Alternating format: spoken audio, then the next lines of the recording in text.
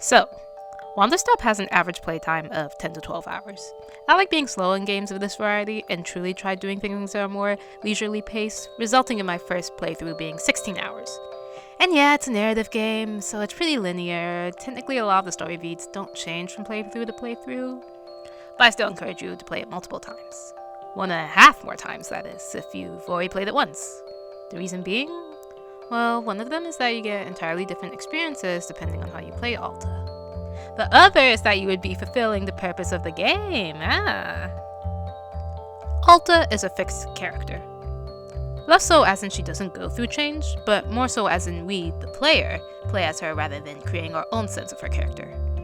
Main point being that she doesn't have any directly contradicting choices. Like, yes, she can give different opinions on the same thing, but it's not beyond the average person in their varying responses to a certain item or concept. Second obvious point is that her past is a fixed thing. She can say the Master Ironheart's situation is false, but it's obvious from other branching paths and further inquiries that it's true. Alta has a definite past and character. All choices are within the range of her character, and we, as the player, cannot change that. But within the range of Alta, there's really two opposites. The one who is more willing to accept her newfound role at Wanderstop, and the one who rebels against it at every step. If this was like, I don't know, a Telltale game, most choices don't tend to vary, except the option you sought with the nice one combines into the rudest sentence in all of history. Can I buy you a drink? That would be nice. While we're talking, let me offer you some free advice. But you get a lot of variable choices, and each one is honestly treated as valid. Besides Telltale, it's a staple of a lot of story games, or even just ones that have a morality system, where there to be one preferred path. Whether the weight of that is treated in the ending, or by the fact that the content is much more fulfilling versus the bare bones disloved ending of the other choice. To a point where there's content that is blocked off, a sort of punishment for not taking the better path, you monster. Whether that be the path of more growth or the path of not killing everyone. There is a path that is the right option, and one that is the wrong. Now I Wanderstop though. Like the fact that if you run off into the woods at different points, ignoring the very thing the game/Boral tells you to do, which is to take a break, you can get like 5 different conversations with Boral on the couch. One of the achievements doesn't even make sense without this context. It really has a lot of lore about one choice, Boral, and Alta herself. I didn't run away once in my first playthrough because I really was trying to settle in and listen to Boral and didn't want to disappoint him. I mean, I'm not gonna lie, sometimes I was staring at that forest exit like...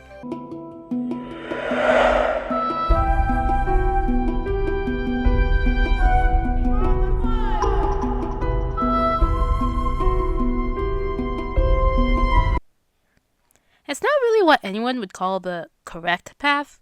You are supposed to be resting. The game cannot make that more clear. Running away at every available opportunity is not resting. But the game doesn't make this just a null. If you run away, there's actually things you can get from doing so versus not doing it. There's now a reason to do both. Neither is necessarily better than the other. And you can get one of the sweetest lines ever said by Boral to/about Alta. Alta is so lucky that he said it to her earlier on rather than later because she, like me, would have just... Or the fact that you can learn Alta used to be a mercenary? Like, what? If you're all kind of brash and adamant that you're the best fighter ever, you can get some really good lines and backstory Alta won't mention anywhere else. Go, throw, any and all. Your trinkets, in the tea, and perfect pour.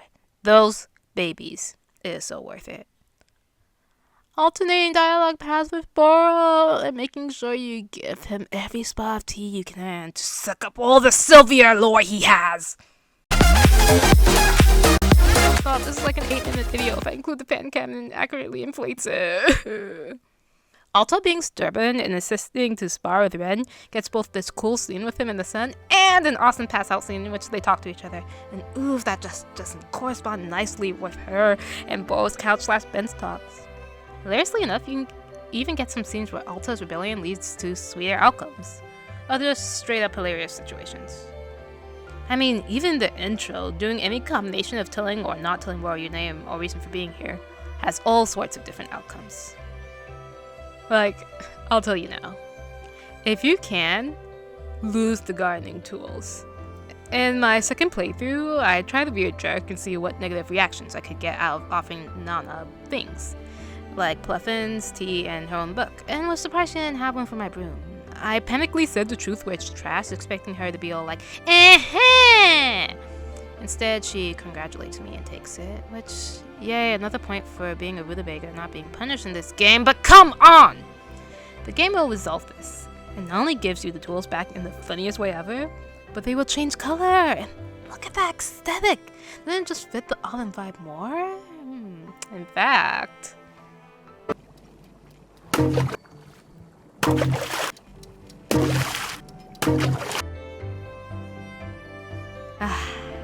And yes, you can be annoying, like me, and get a different one for every seed.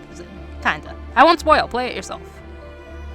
And everyone knows about the snappy line their squirrel can say if you try to rush things during the tutorial. If you do other things preemptively, he'll comment on that too.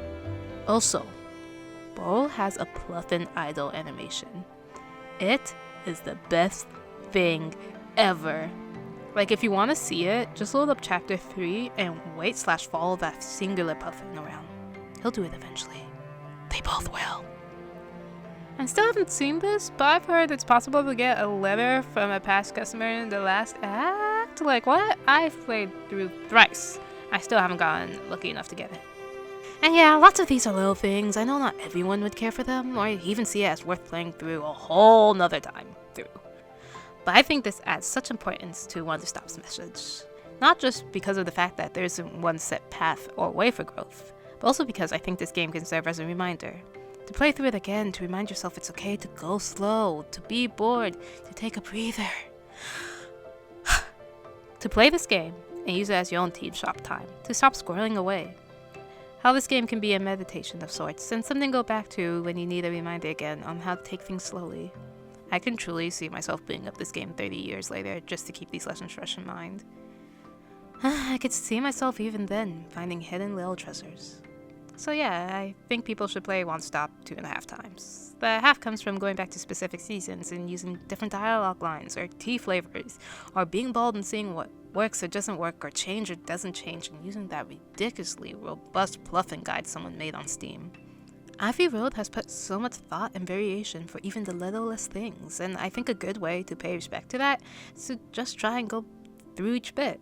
Not just respect, but also intention, to have this game as a lifelong companion, the fast-pacedness that is life. Of course I haven't listened to my own advice 2.5 times! Weak sauce! I've played this game 3.65 times thus far, and expect to do it 50 times more in this last ban! I did my normal first time playthrough, I did my rowdy Alta playthrough, I did a third one just to tie up loose ends, and yeah, I don't think you should death march every single variation you get off the bat.